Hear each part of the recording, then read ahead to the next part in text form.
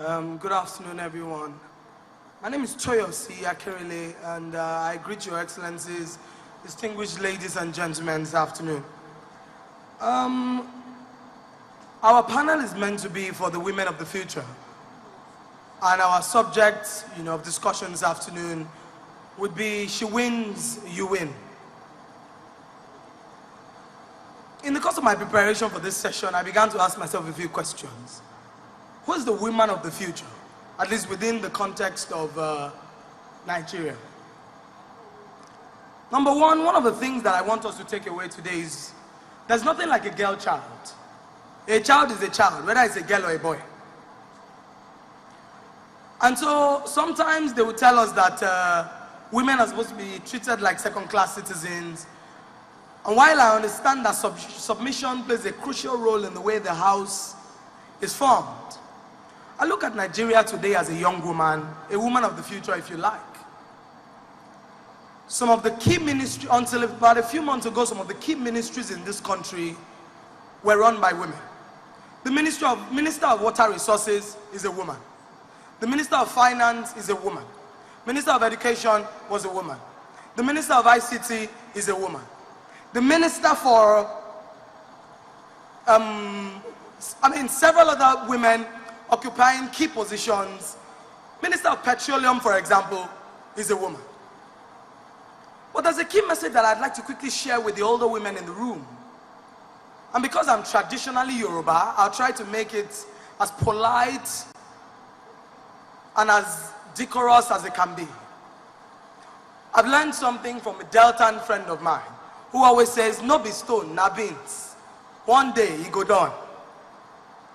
And when I speak about women, I ask myself, who's the woman of the future? She would be the woman who would attain the peak of her career or the peak of her aspirations without compromising herself sexually or in any other way possible.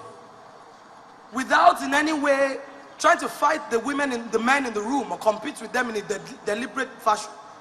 To ensure that as much as possible, she does not just end up becoming the most successful woman in the room, but she's able to hold the hands of other women in the room upstairs. And this is a call to action for the women, the older women in the room.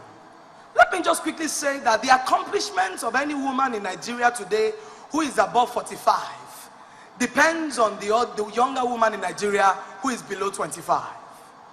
And this is how. I'm worried that one governor today used to be a boy of our next governor yesterday.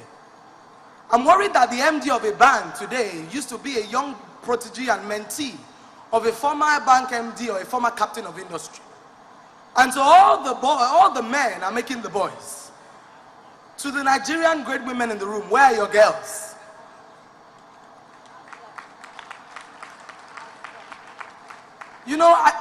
I wrote an article on the Sun newspapers a few weeks ago. And I said that Louis Vuitton bags and designer wristwatches are sustainable. But the only way you can go to heaven peacefully is to at least mentor another young woman. That's the only way you will not see death.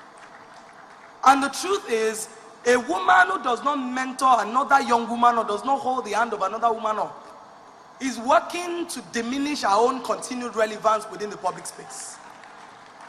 Because today you are the MD of one bank, tomorrow you are the wife of a governor, next week you are a minister of something. There's a place called tomorrow where all of us are going to go. And when you are 16, another 15 years, all the journalists don't want to interview you anymore. They want to interview with the women of the future. When you are 16, another 15 years, all the TV stations want to feature the women of the future. You become the women of the past. Now imagine that as a minister who made many more young women, you would have the power to call me and say, Toyosi, employ that person. Omi, come to this event. Nkem, do this for me. But you see, the men continue to sustain their relevance. And that's how they have earned the loyalty of the younger men, and it has continued over generations. Madeleine Albright said in a speech she made to the Women National Basketball Association in America, there's a special place in hell for women who don't help other women. And I'm surprised and I'm worried that we don't have as many men in the room as we have women. Because for women to truly excel and become women of the future, the boys we are raising need to be taught that women are in no place second-class citizens. Let me give you a quick example. These days when I drive from my house from Ikeja all the way to Lekki or VI, all the SUVs and the Tundras and the Range Rovers and the Prados are driven by young women. And it is because of the way we're raising our children. So we wake up in the morning and raise a girl child. You tell her, wake up in the morning, take care of your younger ones, have their bath for them, let them wear socks and go to school. Leadership. Then you give her money to go to the market to go and buy materials and tell her you must manage this money and buy everything. Negotiation skills. Then you tell her that when she comes back, she must cook, she must pick the beans, and she must do everything before her father arrives. Time management. Then you tell her that, well, women don't sit like this. Then you would say, when we're raising women, we teach them etiquette. We say women don't sit with their thighs open. The boys can sit with their thighs open. Etiquette. Then you go forward and teach women, when I give you money, you must take care of your younger ones. You must provide them guidance. You're giving them responsibility. All that you teach the boys is to tell them that they're going to be kings in their homes and that they can watch football and watch cars. And you wonder why the GM of one bank is a woman. You wonder why the MD of that company is a woman. You wonder why the minister of this is a woman. It's a function of the way we're raising our boys. And the boys must learn that there's more that makes a man than what is between his thighs. And by all means, I also want to advocate that women should stop clamoring for positions. I hate all this affirmative action, women empowerment, women inclusion nonsense. I think that women should be given opportunities because we have capacity, confidence, and competence, not because we are women.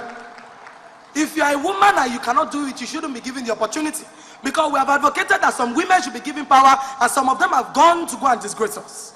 Women, we must build the capacity of women. Mrs. Grace Ben spoke here intelligently, probably the most intelligent presentation a female politician has given when I was present in a room. And we talk about leadership, but I wonder, and I want to use this opportunity to ask if one older woman in the room this afternoon would choose one girl in the audience and begin to mentor that girl and begin to invest in the future of that girl. Because many times when you need to invest, it's not about the money that you will give to us. There's no need to be threatened by a younger woman. If we are going to be women of the future, as young women, we must respect our elders. I go on the plane these days and I come off the plane, I sit on a trolley bus between the plane and the lobby area. And an older person is sitting, an older person is standing, a younger person is sitting. The value system of our generation will make us lose opportunities more than we would be able to assess. And if we must be women of the future, youth of the future, we must learn to give honor to our elders. Because my Yoruba people say, what an elder sits, what a young person sits, stands and does not see. It is an elder who sits that sees it. And so for me, it is crucial that as much as possible, the Nigerian country will only remain sustained over a period of time if we mentor young people, if we invest in young people. Not just investment of money, but investment of the values, investment of the right culture for an entire generation. Today, I stand here because a few women made investments in me. Funke Agbemode, the general editor of the Sun newspapers, took me a few years ago, and took me to a bank to go and start a small business I never dreamt I would. Today, I print for more than 12 state governments because I own my own equipment. A woman made me who I am. Now, how many other women have you made in the room? How many other women have made other women? How many other women will say that if not for one woman, I would not be where I am today? The boys are making all the boys. Now the women. Where we hear about godfathers all the time. Where are the godmothers? Where are the godmothers? I want to close. Women do not become only great because they've attained the highest level in politics. Please, let's not get it twisted. Women can be great mothers in the house as housewives. Women can be great in public space, in business. Elected positions as women leaders is not what makes a woman complete. I would like to do politics sometime in my life. But I also understand the significance of having the original intention and commitment to actually lead people. We do not need a country where people sleep with other people's children and get chieftaincy titles, or people sleep with other people's children and are given doctorate degrees. And we must celebrate Delta State government for being able to sit down and invest their money in discussing issues that affect women. You would have assumed that a governor would do this in his first term so that he can get votes in his second term, maybe? So a governor who is a few years gone, who is a few months gone, who decides to sit down and continue these conversations, shows an adept commitment that our leaders must know that they have been elected to serve us, and that you cannot come to beg for my vote and that you get elected into office and that you chase me off the street with your siren. 2015 is going to be different. And for the women, anything about us without us will not be for us. Only the people who understand that women, not just women, but the youth of Nigeria, would be the future. I've seen governors who were governors 8 years ago, who have to get on Arike today and they have to trolley their boxes themselves. If they were kind to people, somebody will collect that box from them and trolley it upstairs. There is a place called Tomorrow and we will all go there. My name is Toyosi Akerele. Thank you very much.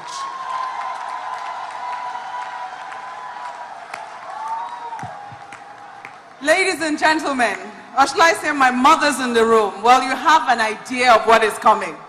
Toyosi Akerele, thank you. We definitely set the tone. Well, while she was speaking, the governor of the state walked in, His Excellency, Dr. Emmanuel Udwaha. I'd like to recognize him. Thank you for coming. Thank you for being the chief host. And to his lovely wife, Mrs. Rolly Udwaha, thank you. It was a delight speaking with you this morning.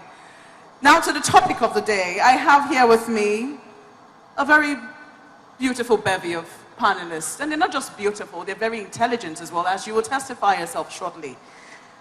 From my far left, I hope I don't make mistakes, I have Mrs. Funke Buknor-Bruthe, who is she's MD, CEO of Sapphire Events. Thank you so much for coming.